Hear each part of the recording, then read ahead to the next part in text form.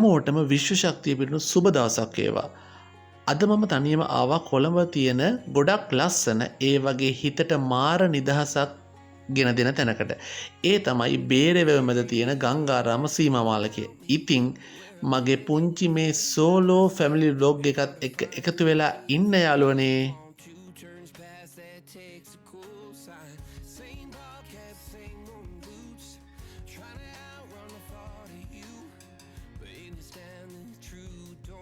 ඉතින් අද මම තනියම ආපු මේ පුංචි ගමන ගැන ඔයාලා ගොඩක් ආසාවෙන් බලන්න ඇති කියලා හිතනවා මම.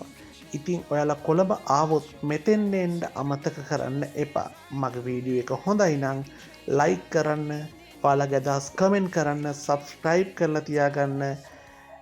තවත් මේ වගේ වීඩියෝ එකකින් හම්බෙමු.